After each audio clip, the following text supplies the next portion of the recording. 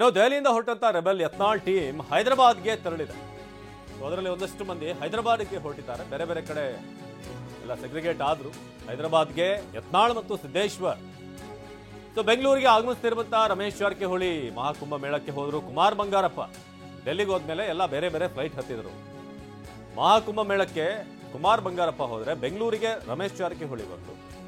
ದೆಹಲಿಯಿಂದ ಯತ್ನಾಳ್ ಮತ್ತು ಸಿದ್ದೇಶ್ವರ್ ಹೈದರಾಬಾದ್ ಕಡೆ ಹೊರಟರು. ಹಾಗಾಗಿ ಇವರ ಲೆಕ್ಕಾಚಾರ ಏನ್ ಮಾಡ್ತಿದ್ದಾರೆ ಇವರು ಅಂತ ಈಗ ಅವರ ಅಲ್ಲೇ ಪಕ್ಷದಲ್ಲಿರುವಂತಹ ವಿರೋಧಿ ಬಣ ಈಗ ಲೆಕ್ಕಾಚಾರ ಹಾಕೋ ಹಾಗಾಗಿದೆ. ಬಹಳ ಒಗ್ಗಟ್ಟು ಪ್ರದರ್ಶನ ಈಗ ಯತ್ನಾಳ್ ಅಂಡ್ ಈ ರೆಬೆಲ್ ಟೀಮ್ ಅಲ್ಲಿ ಕಂಡು ಬರ್ತಾ ಇದೆ.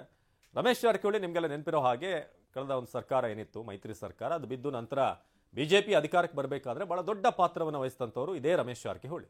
ಮುಂಬೈನ ಒಂದು ದೊಡ್ಡ ಎಪಿಸೋಡ್ ನಡೀತು. ಆದರೆ ಈಗ ಅದೇ ಬಿಜೆಪಿಯಲ್ಲಿ ಈಗ ಒಂದು ದೊಡ್ಡ ಬಣ ಕ್ರಿಯೇಟ್ ಆಗೋದಕ್ಕೆ ರಮೇಶ್ ಜಾರಕಿಹೊಳಿ ಅವರು ಕೂಡ ಸೂತ್ರಧಾರರಾಗಿದ್ದಾರೆ.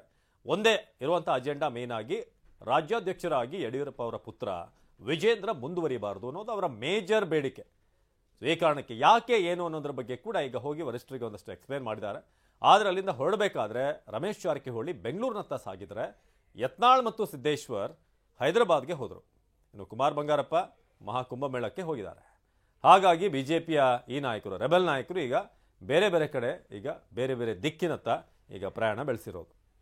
ಆದರೆ ಇವತ್ತು ಹೋಗಿರುವಂಥದ್ದು ಎಷ್ಟು ಮಟ್ಟಿಗೆ ಫಲಪ್ರದ ಆಗುತ್ತೆ, ರಾಜ್ಯಾಧ್ಯಕ್ಷರ ಬದಲಾವಣೆ ಆಗುತ್ತಾ ಅನ್ನೋದು ಈಗ ಯಕ್ಷ ಪ್ರಶ್ನೆ. ಒಂದು ಕಡೆ ವಿಜೇಂದ್ರ ಅವ್ರನ್ನ ಕೇಳಿದಾಗ ಒಂದು ವಾರ ಕಾಯಿರಿ, ಯಾರು ಮುಂದಿನ ರಾಜ್ಯಾಧ್ಯಕ್ಷ, ನಾನೇ ಇರ್ತೀನ ಏನು ಎಲ್ಲ ನಿಮ್ಗೊಂದು ಕ್ಲಿಯರ್ ಪಿಕ್ಚರ್ ಸಿಗುತ್ತೆ, ನಾನೇನು ಕೂಡ ಹೇಳೋಕೆ ಹೋಗಲ್ಲ ಈಗ ಅಂತ ಅವ್ರು ಹೇಳಿದ್ದಾರೆ. ಸೊ ಇದು ಸದ್ಯಕ್ಕೆ ಬಿಜೆಪಿಯಲ್ಲಿ ನಡೀತಿರುವಂಥ ಕ್ರೈಸಿಸ್.